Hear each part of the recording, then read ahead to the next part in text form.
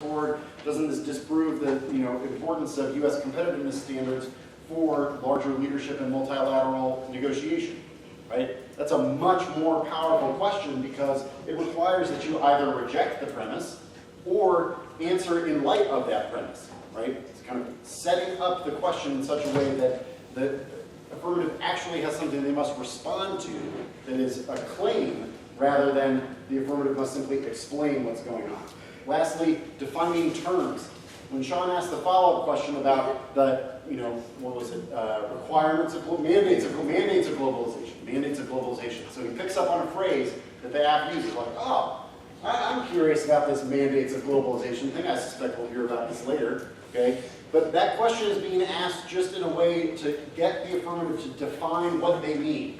What do you mean by that? That's the place where, why is that an explanatory question instead of one that builds in a premise? Why, given that we just said, like, let's ask, kind of argumentative questions that ask claims, anyone want to take a guess at why that was the place where Sean asked the open-ended question, the one that just says, tell me what that is. Why did that happen there, and why are we still saying that it's good rather than bad? This is some high-level process thinking. Let's see if someone can take a stab at it. Yeah? He's trying to garner links for the new world. Okay. I agree with you that it's generally a sort of link-oriented question. That's some good thinking. Why is it reasonable then to ask this one as the open-ended question? It can surely say things that he normally wouldn't necessarily say if he was down to the cards for Sean to be able to use. Yeah, so for one, it's like, oh, talk more about this. Like, a bunch of the evidence doesn't really talk about this in these terms.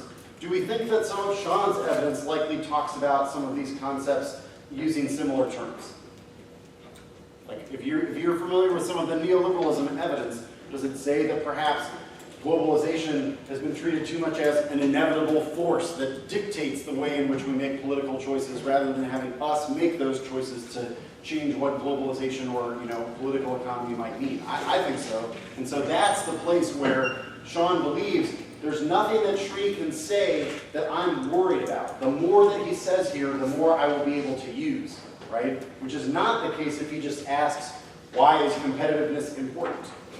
Because that's not all stuff that Sean can use. That's all stuff that Sri can use, right? Because he's going to need to explain the importance of competitiveness later in the debate. I just had two things I wanted to add. Why do we think Sri didn't read the second advantage that was read in the other debate? We could get ahead on defending competitiveness. Yeah, instead of saying, I'm going to say a bunch of different things in the 1AC and I'll just like throw out a bunch of scenarios and figure out what sticks later, Shree's decided I'm going to defend one thing and defend it in depth in order to have some better answers to criticisms later and just be ahead on one set of assumptions that is true. The second thing I wanted to get to was, why do you think Sean is asking all these questions about trade terms? From anyone who paid attention to Sean's competitiveness lecture, what is the interrelationship between competitiveness and trade terms? Yes? Trade terms are used as a means to increase competitiveness and stimulates local economic growth. So all these questions he's asking about, aren't tariffs more important for your Tonneson evidence? Aren't they more important for all these things? Why? He's getting that out early in order to already start some impact comparison from the 1AC cross-X for some impacts he's likely to get. Okay, so we're just going to be one off.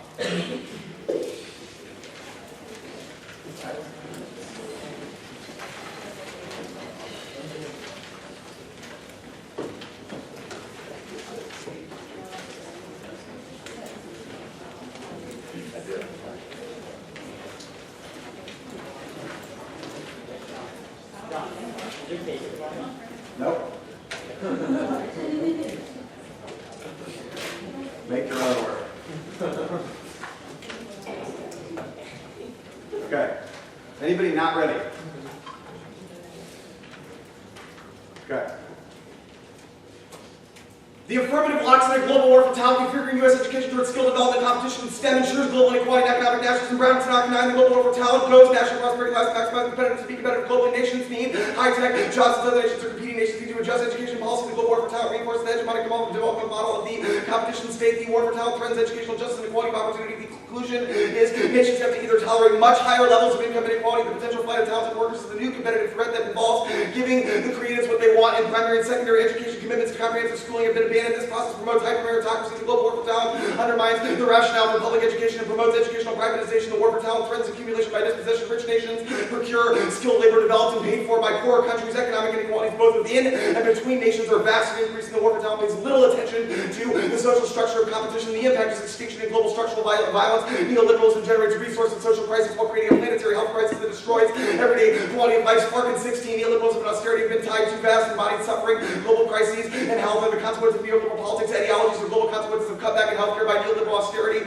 are a world delivered a fuel crisis, a food crisis, and a financial crisis. The impact of climate change has been seriously underestimated. These events and global causes, they are the result of massive failures in international systems. The government nations, the assumption market forces can solve most problems has not proved true. Inequality, financial volatility, and the race to the bottom tendencies associated with relentless global competition are neoliberal health conditioning, as are climate change, pollution, and food and water insecurity, freeing up market capitalism, freedom of additional carbon, creating the greenhouse gas effect. We have not done things to lower emissions because those things conflict with deregulated capitalism, leading to dead ends and climate negotiations. The bodies of the poor are left vulnerable to floods, storms, desertification, droughts, heat waves, and disease outbreaks, ocean acidification, aquifer depletion, overfishing, biodiversity loss, and chemical exposure, all threaten ecological systems. The deaths and injuries of workers through hyper-exploitation, suicide, factory fires, building collapses, and industrial disasters are egregious embodiments of vulnerability. The judge should vote negative to embrace the commons as an educational praxis. Embracing the commons as praxis means refusing the neoliberal model of education as workforce training. The alternative asserts the importance of collectivity, developing educational institutions that cultivate social ecology and interdependence. Slater and 14, educational struggles against enclosure claim the necessity of imagining alternative ways of organizing, actualizing such features dependent upon ecological ways of being. An appropriate response might be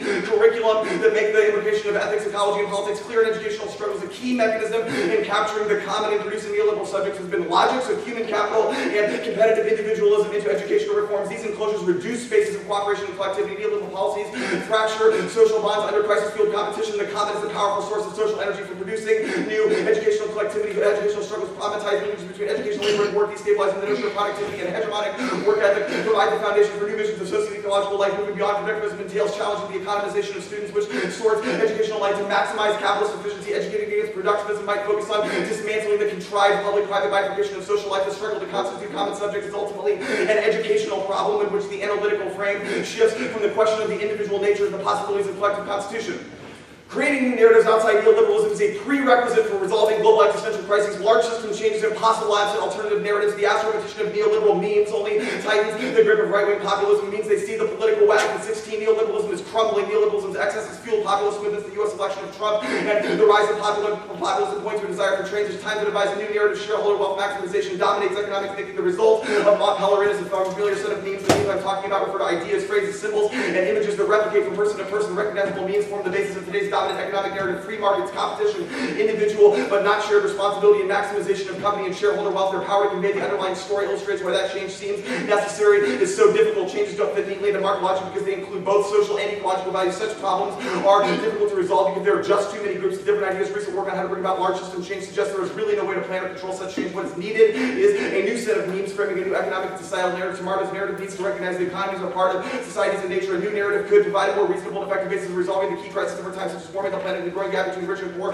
Companies can focus on producing collective value rather than shareholder wealth. Hegemony is the crux of global capitalism. Threats of global rivals and bright power competition are manufactured to ideologically cement the military-industrial complex. Their expansion of U.S. power ensures structural violence and imperial overstretch foster. All of McChesney and A. Vast military spending is rooted in the needs of U.S. imperial grand strategy. Washington is not just spending money, it's also building a lasting physical presence around the world. The Iraq War was preceded by a massive anti-war movement demonstrating the willingness of the population to seek another way. Washington was able to enlist the media monopoly and marshaling public opinion. What made this possible is a well-oiled, privatized propaganda system. The imperial triangle is confronted with its own contradictions, expansions, and weapons of total destruction, generated growing rebellion against the permanent war economy. The enormous weight of Washington's war machine is not prevented from being stretched to its limits. The U.S. is a society ripe for change. Neoliberal hegemony uses exceptionalism to render its violent side effects invisible, ensuring environmental destruction and global conflict. Be suspicious of all of their answers because their means of structuring the social field erases vast sectors of the global population from view. Nixon and 11 superpower parochialism is a combination of American insularity and America's power to rupture lives and ecosystems over socio-environmental landscapes. Internationally, empires affect right swaths of the planet without the empire's populace being aware. Superpower parochialism has been shaped by the myth of American exceptionalism. The U.S. has wielded unequal power to bend the global regulatory climate in its favor while we make the world safe for multinational corporations.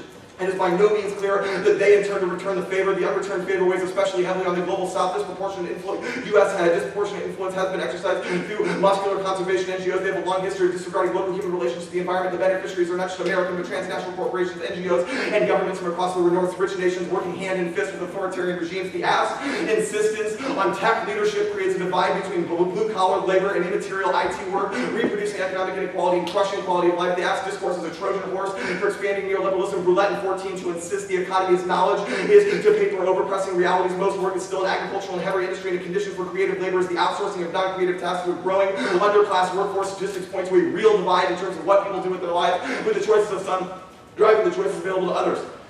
Defenses of free trade are epistemologically flawed. Their statistical evidence relies on indefensible modeling assumptions. Global capital mobility, persistent unemployment, and lack of a carbon price all prove free trade produces a net decrease in standards of living. Hart Landsberg and 6. This card's really long. There's not another one, so if you're wondering why it's taking so long, that's why.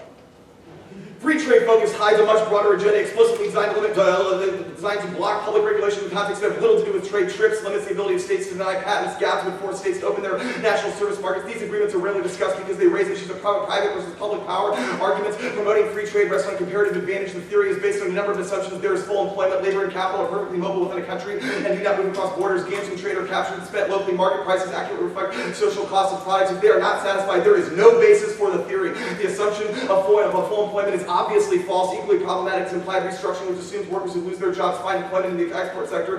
Even if we ignore this problem, if reallocation is not fast, the economy will suffer unemployment, a reduction in aggregate demand, and recession. The assumption prices reflect social costs is problematic. Markets are dominated by monopolies, and production activities generate significant and negative externalities. Also worthy of challenge is the assumption capital is not mobile. If capital is highly mobile, free trade policies can produce capital flight. Opponents often cite sophisticated simulation studies. These studies are seriously flawed because they rely on the same assumptions. Studies are based on general equilibrium. Authors created a model in which liberalization cannot, by assumption, cause or worsen unemployment. This modeling depends on unrealistic assumptions. One is that tariff reductions will have no effect on deficits. Another assumption is that tariff reductions will have no effect on trade balances. The final one is the existence of full employment. This bias is sufficient to dismiss the study's usefulness as a guide to policy. Working people have been reluctant to challenge it because they have been intimidated by these scholarly arguments. These arguments are based on theories that deliberately misrepresent the workings of capitalism. They can and should be rejected. Okay.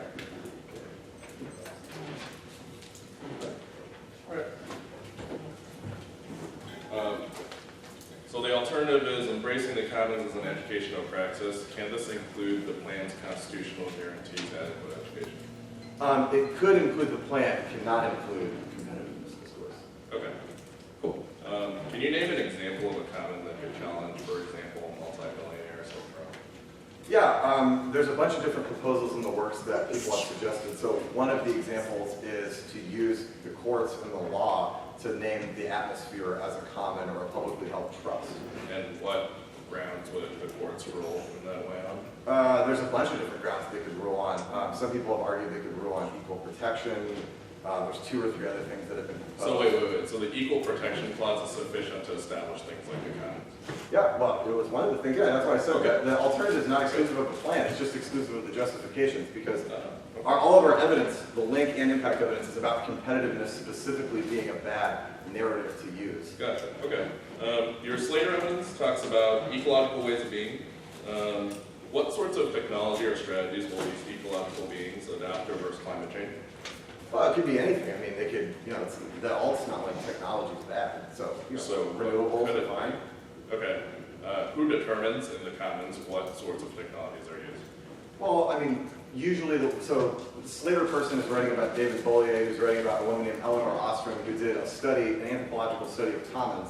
And essentially the way they've worked throughout history is that people come together and they do a version of what's called cost-effectiveness analysis. So they debate about what they want to see as the democratically agreed to ends of policy. So they have a town hall and a farmer's market, and then who decides? Well, I think it's a lot more complicated than that. And historically, these systems prior to Western colonialism were pervasive across the planet and much more ecologically sound. And there's, this woman won, I think, a Such Nobel as Prize. where?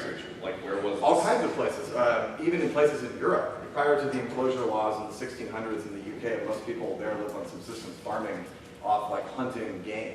And then the government made it illegal and declared all How do game. people who are randomly hunting game come up with ecological ways of being that solve climate change? Well, you're making it sound like there's some big disconnect between those things. Yes. Hunting for subsistence food is an ecological way of being. That doesn't involve going to a supermarket and buying like a bunch of canned food from a food system that produces Fair enough. massive amounts of climate change. What's the status of the elk? I mean, Can you take it and go for the movement speed? status quo is always an option. Okay. Tannic evidence. Tannic talks about sort of the war for talent and speaks of sort of brain drain that occurs. How does the F result in brain drain when it's established as a national standard for education? Well, so the rhetoric that you're using, and I think you'd agree, the plan isn't going to do anything for competitiveness for years, because a lot of the people that you're affecting are like in middle school. So in the short term, what's that going to require? More H-1B visas in order to ensure Wait, that... why does the plan require that? Well, the rhetoric of the plan requires The it. rhetoric of the plan? Yeah, rhetoric's important. I already got an MA. All right. So from the 1NC and cross-X, what are the parts of the app that the negative is disagreeing with? Yeah? Discourse is the frame and the Okay, when you say the discourse of justification, what does that mean? the justification for using competitive as a reason why you should pass the plan as a reason why the US is. Okay, yeah, so the negative is saying the idea is that we ought to be competitive, hegemonic, concerned about these issues of globalization, tend to be very problematic, and instead we ought to reframe our calculus. How is the negative saying we should reframe our calculus? Yeah, we should look at everything as a global set of goods. There were a few different impacts that Sean read, but none of them were in the tags of the cards. Although Sean is very clear and easy to hear and flow, did anyone catch what are the reasons that this global neoliberal war is problematic? Yeah? There's increased structural violence, military industrial complex, climate change. Or have to say. I mean, like, for one, certainly that will be about to be tested, right? But the app made a pretty strong bet here, or committed a lot of strategic, a lot of their strategy choice to the idea that no, the overview, they're going to handle the extension of the overview by referencing line-by-line arguments that they made in the 1AR. Okay, we'll see whether or not that pays off. But I think it's like, to me, that seems like a pretty reasonable bet. Wait, so Turner, are you saying the tree just ignored the overview and didn't flow any of it? No, obviously he flowed all of it and paid attention to how it was explained on the line-by-line so he could do this, right? That's why he was referencing overview phrases and extending those 1AR arguments. This only works because Tree has flowed correctly everything that Sean has said and been paying heavy attention. The last thing I wanted to point out, which Turner might have more after this, is what happened to those things in cross-X of the 2NC that we were talking about?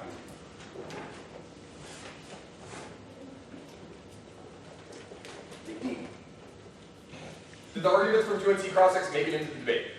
Yeah. Yeah, we got a flow of on that discussion. Yeah, and how did he... The key to this cross-X and making it function with the 1AR is it let Tree explain something that was quite complicated a lot faster. He used 2NC cross-X to give familiarity of arguments to you as judges, and then in the 1AR said, remember this discussion? I obviously don't have time to flesh everything out because the speech is shorter, but the purpose of that cross-X and the purpose of constantly bringing up parts of their evidence throughout the debate is it makes it so the 1AR can do things efficient. The 1AR can get the idea across so the 2AR can expand on it and tell a story. Let's go.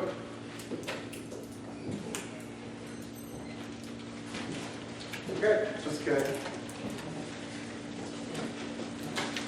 Anybody not ready?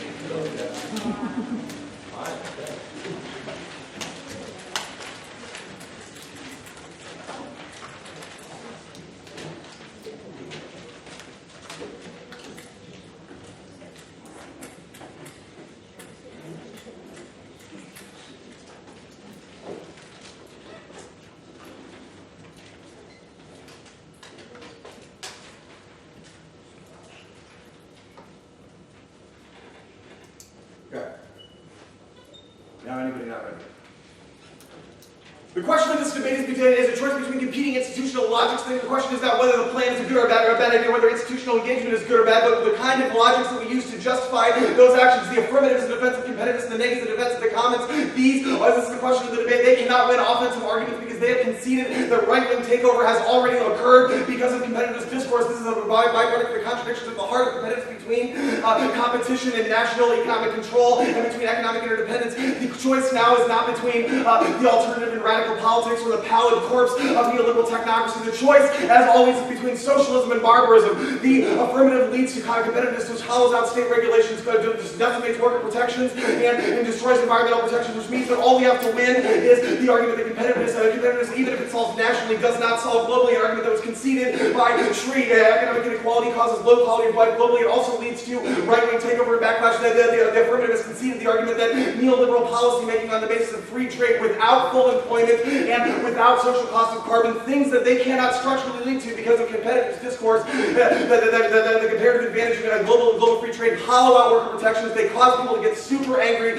and white working class and vote for right-wing fascists. The only way to solve that is to revive social citizenship through strong worker protections and strong environmental protections, which is exclusive with the best in educational protections, but there's no evidence about how that's able to solve right-wing takeover. It takes years and years, an argument that's conceded for the right to solve anyway. B, as environmental class, I don't agree that warming is inevitable, even if temperature rise is inevitable. Our evidence indicates that if we take a strong social protectionist view of the state and have strong state regulation, it is still possible to use the remaining leverage in U.S. leadership to revive the possibility of environmental protection and stave off the worst effects of the environment. That Schrie is performing the impact calculation that I criticize in the Twinsie because he's structurally discounting the lives of all those who would be affected by the worst effects of climate change. It means that there are inevitably, in a world of the affirmative, an entire global population of 6 or 7 billion people who have low quality of life. The affirmative is not able to resolve that because they treat warming as a given. C's point is global conflict, which is inevitable because of economic nationalism. That's the argument I made in the Twinsie overview about how China bashing is what causes SCS conflict and drives proliferation in the first place. Proliferation is driven by countries like North Korea that are left out of the global economic system and who seek prestige because they can't do it with money by searching for weapons. That means the alternative is able to solve because it's able to use U.S. leadership to create a cooperative commons as opposed to competitiveness. Now, Schrie says that the affirmative is the middle ground. He's conceded the WADC evidence that narratives are what shapes political discourse now, even if in the past it was true that policy details were important. Trump didn't even have any platforms on his website, and he still won the election with no political experience. Policy smacking people down. We all wish that is not the reality that we live in anymore. Narratives drive the question of politics, which means you should prefer them. We have uniqueness evidence on this question. The large system change only occurs as a result of this. He says, reject utopian alternatives. There's nothing utopian about the alternative. The alternative allows for the possibility of using the 14th Amendment for an alternative purpose, not for competitive discourse, but for a totally different narrative, one based upon the revision of the social state. Think Obama's Osawatomie speech about economic inequality and the importance of fairness. This is not something that is at the margins of public discourse, but it's not inevitable that it will win either, which means the permutation double bind doesn't make any sense in this context. We also have uniqueness evidence and a framing argument. Conservative takeover is inevitable in a world where we refuse to engage in radical reconfiguration of institutions. That's Owen Wright. Also, the comments are coming out. There's a variety of different structural movements that illustrate that this discourse is possible. Bernie Sanders' dear win in the campaign is evidence that we can re-harness these institutions for alternative purposes beyond the ones that the affirmative is using. This is the same rhetoric that was used to justify an inevitable vote for a candidate who refused these kinds of strong intervention of state regulations. They say economic materialities and pragmatism. I answer those arguments about floating pegs. They have conceded our counterinterpretation of specified in cross-text assaults on their offense. The alternative is not vague. It has a clear text with an agent. All of our characterizations subsequently were descriptions of the effects of the alternative, not its mandates. That's reciprocal because the affirmative did the same thing on the permutation. You should extend structural outside bias and conditionality. That's conceded. Floating pegs are key to remedy. The reading as an impact here doesn't solve because it means there's no uniqueness and causes forced literature-based comparisons that favor the affirmative by pushing the negative extreme comparisons. They say proliferation and improvement. They've conceded the argument that all this discourse about rising powers and proliferation is the byproduct of hegemonic discourse used by privatized media lead to confuse people into believing that China is our enemy when really they could be our friend. That means that these arguments are all epistemologically suspect. Same thing goes with proliferation. Those arguments were conceded. I think that's the only impact that he has left in the debate. There is, they say political economic discourse. The discourse is inevitable. nobly competitive. That's not true. I've given examples above in the overview about why alternatives are coming out. Our evidence is newer. It presupposes the rise of Trump, and it doesn't matter anyway because the world, the affirmative, the right wing has already won because they're using the same competitive discourse as the affirmative. They say the permutation. If we win the framework arguments above, that's a question of narratives. And this permutation argument, these permutation arguments don't make any sense. All of our legal evidence is specific to the context of competitiveness discourse and assumes the very discourse the affirmatives use, which the permutation doesn't solve.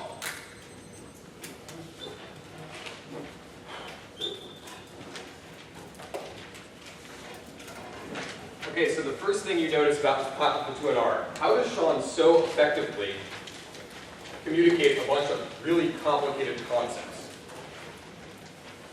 Quick. Yes. Analysis. What? Yes. He's explaining the theories in depth, but how does he do it so quickly? She said analogies. Oh, analogies. Yeah, analogies to what? Analogies to competitiveness and different sides of the acting that you're thinking, like the social versus collaborative and everything. Yeah, is this the first time we're hearing about that? No? Yes? Maybe? You reference to the overview a lot. Yeah, he's continually referencing arguments and analogies he's already made, so that when you hear them, they're not new. You're like, oh, this 10 words already carries with it the meaning of 6 minutes of Sean ranting. It's like all of that meaning is already there. Yeah. Well, notice he also doesn't say that was in my 2NC overview, really, ever. So he manages to invoke the ideas in it without ever having to be like, that was in the overview above when he does the 2NC or when he does it in the 2NR, which is something that if you're going to have an overview, you should get better at. Yeah. I mean, one of the key tricks, the 2NR is one of the most time-pressured speeches in debate.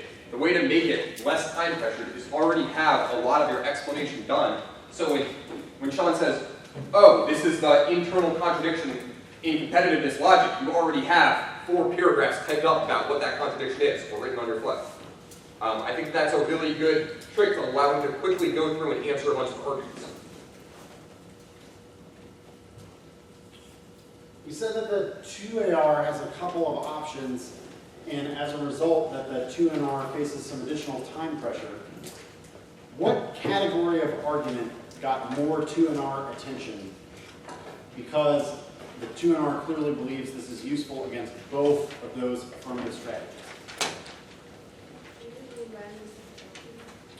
So the impact argument about the environment, yes, that I should have been more specific in my question, okay, which is the impact arguments are obviously made in such a way that they will apply sort of no matter which way the AF strategy goes. So yes, I think it's like the 2NR set up some useful selection of impact arguments, characterized like who has which impacts remaining fairly well. Okay, so yes. I'm thinking of a different category of argument that's like, it's going to deal with whether or not the AF extends the permutation. So like, the AF has the option to include that yes or no. What does the neg feel like deals with both of those situations? Saying that narratives are more important than policy, like, spent a lot of time on that, especially like using Latin policy. Okay, so setting up what the debate is about. It's like this, we think that this issue has to be resolved really before you could consider everything else. He's telling a story about how judges will decide the debate. What else? I was going to mention the right-wingers have already won elements of the speech, which weighs band basically. Why do you think that deals with kind of both choices that the AF can make about their strategy?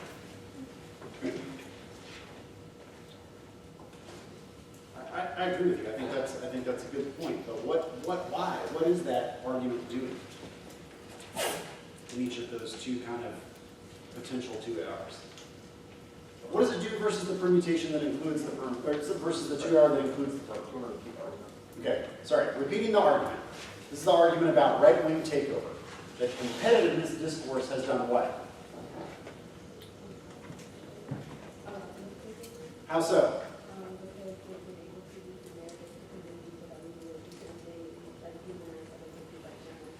Demonization, nationalism, right? In the explanation with regards to Trump, the idea of white nationalism, right? That there's a heavy, a hatred for immigrants, etc., right? That these things have empowered the right wing, okay? So, What does that category of argument do versus the aft strategy that includes the permutation? It basically forces it to, because the way that tree contextualizes the term is that it shields the link. So Sean is saying, no, it really doesn't shield the link. In fact, it probably magnifies it simply because of the way that he characterizes the right wing and how Fox News goes and talks a lot of racist stuff about China and how it causes these things to occur in the first place. Absolutely, it provides offense against the idea that we should include the justification of competitiveness. Okay? Strong. Okay. What does it do versus the 2AR that doesn't include the permutation? What's its major role there? We heard from you already. I like what you said, but let's see if we can get someone else to make this connection. Yeah. It's just like the impact comparison. So like if the right wing argues one, then that's how we can talk about how like warming and stuff and like growth is gonna happen. Yeah, so like what major category of aft argument is going to receive more attention if they don't include the permutation? Where's some of that time going to go? This is all connected to what you're saying. This is good. Keep going. What category of argument is going to get more time because the aft doesn't have to extend the permutation? It's like that doesn't solve the The alt, right? Yeah. The alt doesn't solve. Okay? A lot of that time is going to go into that argument. What does this argument have to do with that? It's had a lot of the absolute arguments about this older stuff because there's like in the status quo, right? Right, it changes, in the case of the permutation strategy, it really deals with what the net benefit of the permutation is, right? It answers that. In the case where the aft doesn't extend the permutation, it really attempts to answer, like, it changes the balance of the aft solvency versus the alternative solvency. Because if the aft is going to be incapable of producing a world in which there is, some degree of social safety net, social citizenship, etc., like if the reformist possibility for that era is over, then a bunch of these turns that the aft is going to go for are really difficult to win. Right? You see how that works? So I think that's why that argument got the attention that it did, is that it works in both of those versus both of those affirmative strategies. It just does something a little bit different in each of those two situations. Right? So note, it's like the way, not only was the way that the evidence was selected in the block with an eye towards possible 2AR options and the way the time is allocated, because of 2NR pressure, it's like you got to make a decision about some of the arguments that receive extra attention, and those arguments better deal with some of the different options that the 2AR has. Right? Yeah, it's not about just the 1AR. It's not like I just have to answer everything the 1AR says. It's not what Sean's doing. He's answering what the 2AR is going to say. Does that make sense? He's saying, what are the possible 2ARs that were set up? How can I respond to them? Not, I just need to answer everything the 1AR says and I'll be good. And he does that implicitly. He doesn't say, like, well, the 2AR could be option A and then describe it. And the 2AR could be option B and then describe it. Like, he doesn't have that kind of time, right? He can't lay that out for you in thorough detail. But he can implicitly respond to those different options by making choices about what to extend, which I think is great. One other thing I want to point out about this 2NR that I thought was really good is, instead of Sean being like, we're going to win the argument, instead of Sean just winning a few arguments, he points out the implication of winning those. So like on this right-wing takeover argument, he spends a lot of time saying, since we have won this, here is what it means, not just, we're going to win this. Which means that at the end of the debate, when we're evaluating it, Sean has already given us some ideas of how we're going to evaluate a bunch of things. And same with the narratives argument. He's like, since we're winning this, this is what you're going to do. You're going to think all their evidence is suspect. You're going to think that all of it is created by the media. It's all part of this Fox News hype. Which tells me, as a judge, and hopefully all of you as a judge, it's like, if I have to read some evidence or evaluate two arguments that have competing claims, Sean has given us a way to evaluate those arguments. It's like the hardest and most important things with these 2NRs and 2ARs. Not just telling you what the arguments are, but how to evaluate them. One last little thing I would point out about sort of where we are and how we're doing. Everybody's looking a little tired. I know it's pretty warm. Okay. One thing to think about, though, you pretty consistently ask your judges to pay a high level of attention to an activity that lasts this long. So let's think for a moment about both what we ask people to do at tournaments for us. Okay, so that's just a moment of like, oh boy, it turns out that judges are sort of working really hard to have themselves pay attention for a couple hours. Okay, point number 2 is that learning how to do that concentration is like, that's part of learning how to debate. You gotta be able to do that in order to succeed. One third little thing that I would say there is, since we're video recording this debate, one thing you can do is if you're having a little bit of trouble concentrating right now, you might want to review this at some point in the future, after camp is over, or even during some evening in camp where it's like, oh man, I totally zoned out during a portion of that discussion of that 1AR, but I will go back and I will take notes on it and see if some of that stuff happened the way that they said that it would. Okay.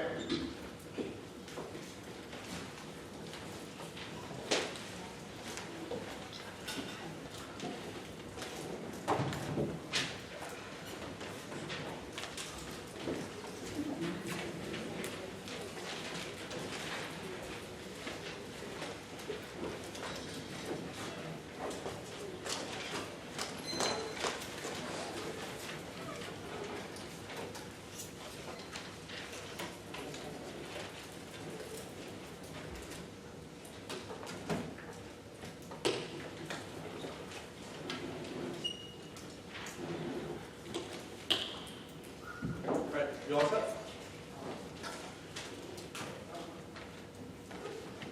Sean said it best in his collective yesterday. You show me how that works, I'll show you how the AF wins framework. Compare competing institutional arrangements. We are the middle ground because we don't preclude discussions of logics and policy. They can read critiques of radical transformation, but they can't prioritize or say political imaginaries come first. There's two warrants. First, they are a utopian alternative. Sean's hippie comment that's emotionally connected to interdependent collectives does nothing about the right-wing populism that their framing arguments are about. We didn't drop this framing. The Woodare explicitly answers this argument on the citizenship tradition argument by saying that the plan establishes a precedent for adequate rights of people to living standards created by precedents in the 14th Amendment, which solves the inequality that the Baker evidence says is the driver or internal link to right-wing takeover, but refusal to investigate the nitty-gritty blueprints of alternative economic institutions means that there's just the status quo 2.0, that all our institutions even further, they all can't solve any link, never using the elite's current speeds.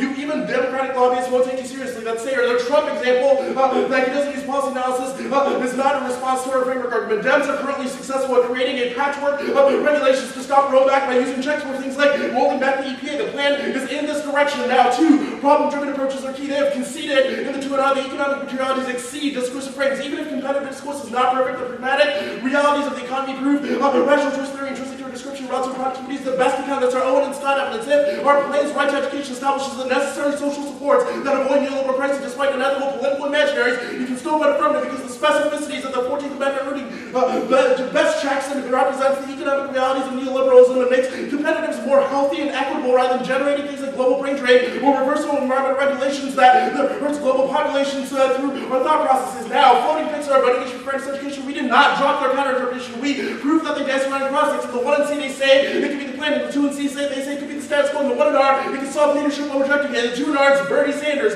Moves to the 1 and C, forces us to debate ourselves over national education standards, which overwhelms any structural bias arguments that they make. They are bad on our counter-interpretation reading. The competitiveness case stands okay, solves opposites because they can see that there's no uniqueness issues because the app provides uniqueness by using competitiveness rhetoric. It doesn't distort the literature because there are 2 competing theories of the political economy that people write about. Now, cases and impactor, and this is what we're going for. All the cases of collapse of the U.S.-led order because the commons will curb the economic growth necessary to maintain influence in the form of allied interdependence that's constant so that they concede that this interdependence checks the escalation turns argument. Their only argument is North Korea, but if we're top-down, we have influence to pressure and some foreign policy that check illiberal parts, otherwise proof is rampant because of counterbalancing. 1, it outweighs 1, extinction comes before the K of our logic. Their plan's codification of positive rights mitigates the death toll of capital by establishing a social safety net, but extinction is the ultimate evil because the quality of life is a 0. They've conceded that there's an infinite toll in future generations that don't get to exist as Patterson evidence do.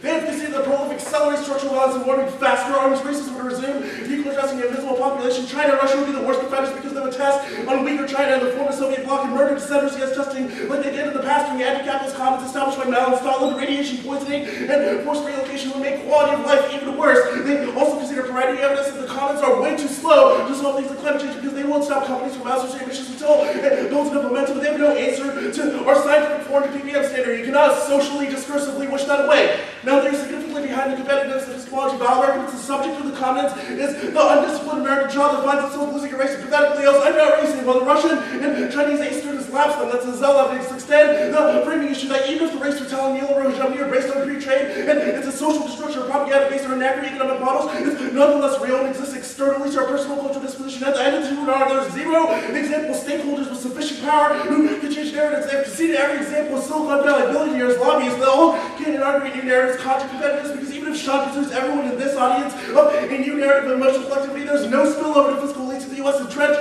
in the mindsets of Germany, or worse than China and Russia, who's invested time and money into it that have to gain from privacy. There's no motivation to switch now. There's no alternative policy. Their most concrete examples of the comments are in their salami up to the 1NR, which lists examples like farm hack, Kenyan microloans, anonymous. There's zero explanation how these micropolitical resistance can overcome market elites like Trump or Donald John's vie for economic power like China and Russia. That's not even their 2NR example of Bernie's that's unsubstantiated by their evidence, lacks political influence, and in the meantime, the right ones, because Bernie bros are seen as overly intellectual, as anti-party memes, and Trump can continue to disenfranchise the poor in a way that's way worse than the neoliberal Democrats might have their immigration ban destroying healthcare. That's the Murkowski evidence. Now, we're not going to the permutation theories or reason to reject the argument on the team, but the planned social citizenship tradition alone checks the worst success of neoliberal without its stupid comments. Here's the standard for evidence.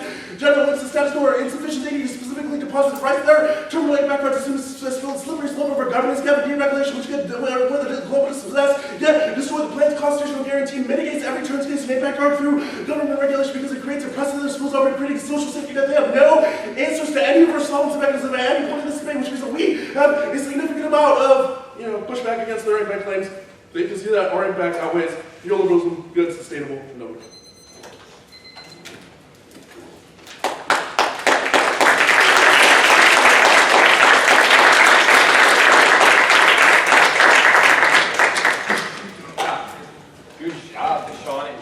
Not only having an amazing debate, but listening to us complain about them the whole time. Very impressive that they do that without trying to yell at one of us. And keep their composure the whole time. What was the 2AR strategy? Okay, if we don't know what the 2AR strategy is, we're going to have some big issues. Because the 2AR just happened. 2AR was pretty good. You want to call on someone? Who hasn't spoken? So you have not. Yeah, so the 2AR goes for the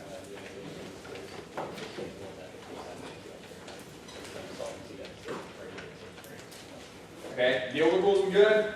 The case is awesome. The alt doesn't really do anything, and there's one more set of arguments that was made. Yeah? Yeah, there's theory arguments, but there's another substantive argument that Tree is extending as a defense to critique. Yeah, the app solves some of the worst impacts of neoliberalism. So basically it's like, the app is good, neoliberalism is good, even if it has some negative externalities, the affirmative can help check the worst of those things. So therefore, go down. App is big, it outweighs the critique. We have a little bit of internal link defense, basically. Right. That internal link argument did end up mattering in both of these final rebuttals, pretty seriously. Okay? They have different interpretations of the direction that set of stuff goes and the effect of competitiveness on the internal link between the way that we set up our national education system and the type of society that we live in. Yeah, I think this is a great defense argument that's really underutilized, which is they don't just get to win the worst forms of neoliberalism are bad, so we lose. They have to win the form of neoliberalism that we are is bad, and we're going to propose a little bit of defense about why we're not the thing they're talking about. It's like almost the app-making argument. It's like they're not the same. We're not the same type of neoliberalism, but their worst form of terminal impact is. Does that make sense as an argument? Okay. 2AR used the rhetoric of the negative in a couple places that I thought was really important to keep the debate tied to this is the way that the argument has been explained. So I will now explain my argument in those same terms. What are the two places that happened most prominently? All fails with the Bernie Sanders stuff. Yeah, so like in addition to saying theoretically that he has some problems with how the alternative has been explained, he goes ahead and explains his arguments in using some of the same analogies and terms that the negative has, right? He doesn't just throw up his hands in frustration. He uses a bunch of their examples and arguments and tries to contextualize his same claims in terms of those examples, okay? It's like, that's a really effective way to kind of keep the debate on the same page, right? To help your judge with complicated concepts is to go ahead and try and recharacterize some of those examples, use them in different ways, discuss some of their different interpretations, right? Do you see how it's like, in some ways, like, I don't want to imply that one side has won or not won this argument, but in their own way, both sides are having an argument about the way in which stories or narratives affect implementation, right? They both have some stories and narratives about the way that the world works now and the way that the world could or could not work in the future, right? There's a lot of storytelling going on here, even if the AF and the neg disagree about some of what they mean when they use the word story or the word narrative or the word discourse. Everybody's got a story about what's going on for sure. And everyone has their own examples and they're flipping the other examples. So like, Shri has the example of like, oh, well, this is just basically a big farmer's market that he keeps bringing up as kind of like a meme of what the alt is. But simultaneously, every time Sean brings up a new example, like, oh, well, this is part of or an example of this could be something like Bernie Sanders, Shri makes sure to answer every single example. And Sean is doing the same thing. Whenever Shri is bringing up examples about the liberal order or the way that we interact with China and North Korea, Sean is flipping those examples as well as providing his own ones. So that you're not just letting someone have a free example. You're always flipping their language against them. There is no such thing as a free example. The other thing that went on here, we didn't really mention this for the 2NR, but I think it happened in both of these last rebuttals in a way that I wanted to applaud, which is the evidence from earlier in the debate is referenced, right? In some key groupings of arguments, both the 2NR and the 2AR reference citations directly. Why did they do that?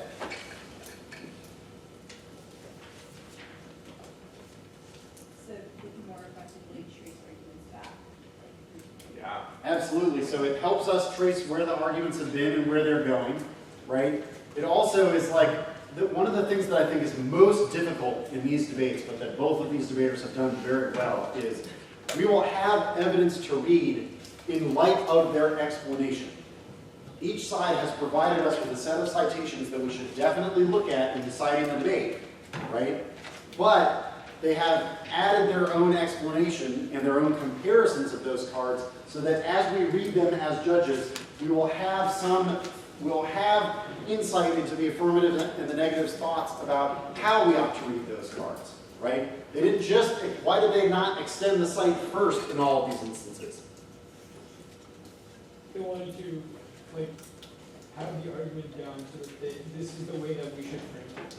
Absolutely, right? It's like, rather than just giving a list of cites, so the judge is going to go through the doc, like, oh, yeah, they're reading the cards, they're reading the cards. But the cards are all good, I voted so. Right? It's like, both of these debaters want the judges to read the cards in certain ways. They're part of the story, they're not the whole story, right?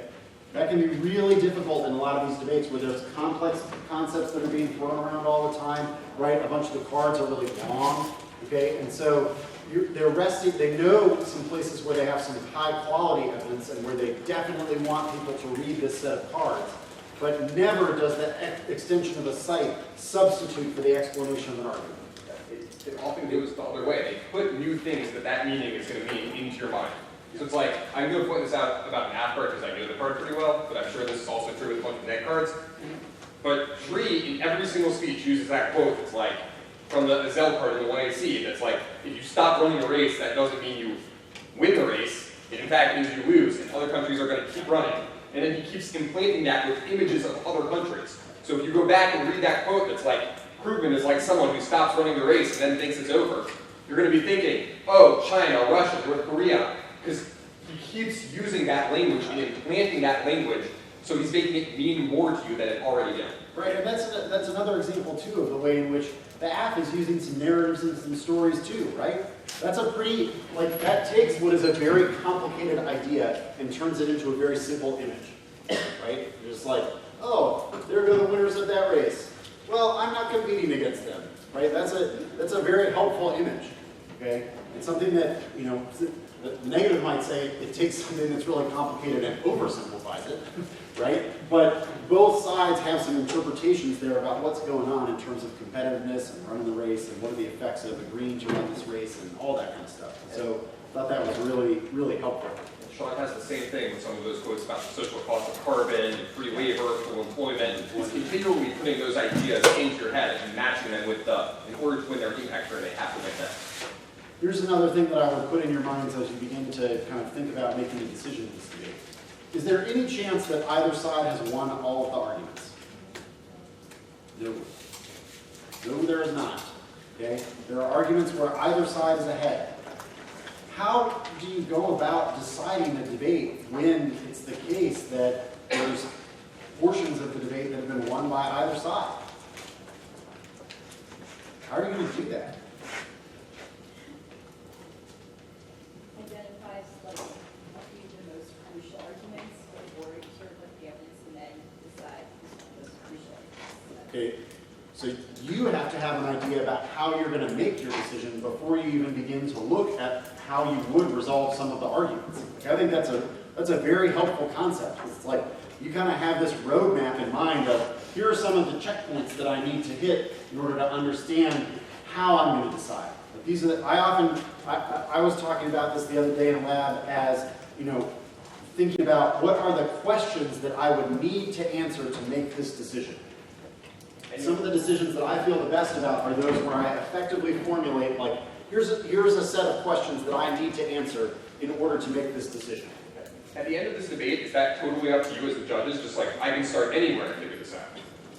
Where the debater's like, I don't know, the judge will just figure it out. I'll make a bunch of arguments and it'll all work for us. Use the 2 hours there. Yeah, both of them started out with something like, the question of this debate is X. So you're going to have a pretty hard time if you're like, well, I voted on some other argument, and they're like, but wasn't this the question of the debate that we said? How did you not evaluate that? Like, we love to use the word frame or framing, okay? I want you to think about what that analogy, okay, is actually doing, which is we have a frame, okay? What's going on? Why do we have things in a frame? What analogy? What image does that bring to mind? It's like a picture of what you want the judge to see, like to take for instance, take them around it, and create the condition basically for you to win from the frame itself. Okay. What's the activity for which you construct the frame before doing anything else? There are a couple possibilities here. I'm curious to see if anyone brought them. Yeah, someone in the front row. What's an activity in your life where you start with the frame first in order to do it well?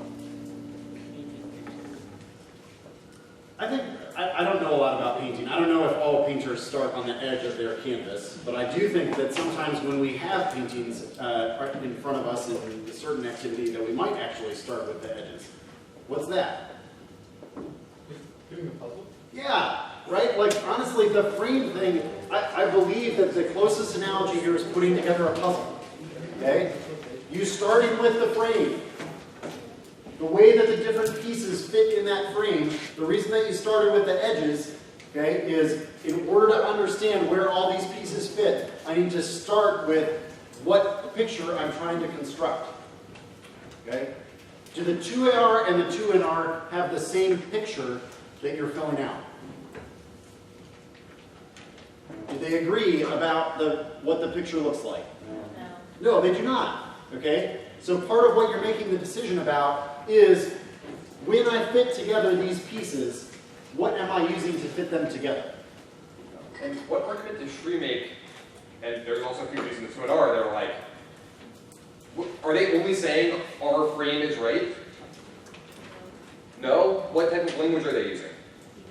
Even if competitiveness, so you'll notice the part of the 2AR that I remember the clearest is, even if competitiveness is a myth, there are still reasons we should use it. And that's another strain that he's quoting a card from the 2AC to the 1AR to 2A. Because it's not just, here is our puzzle, we're right about everything. It's also, but what do you do if we're wrong? That's fine. So you'll notice that's a really important part of helping judges make decisions. It also can sometimes help the judge if they're not sure. They're like, well, maybe the ask frame is right, maybe the next frame is right. If I can't figure out how to determine that, maybe some of these even if statements will be very helpful. Or if I determine the ask frame is wrong. Same thing for the negative when Sean's making a bunch of those arguments. Very true. So we will put the evidence up on the wiki. Okay, if you want to use some of that to help you write out your decision, make your decision, either over lunch or maybe some of the lab leaders will use some of the lab time to help you kind of make some of that decision.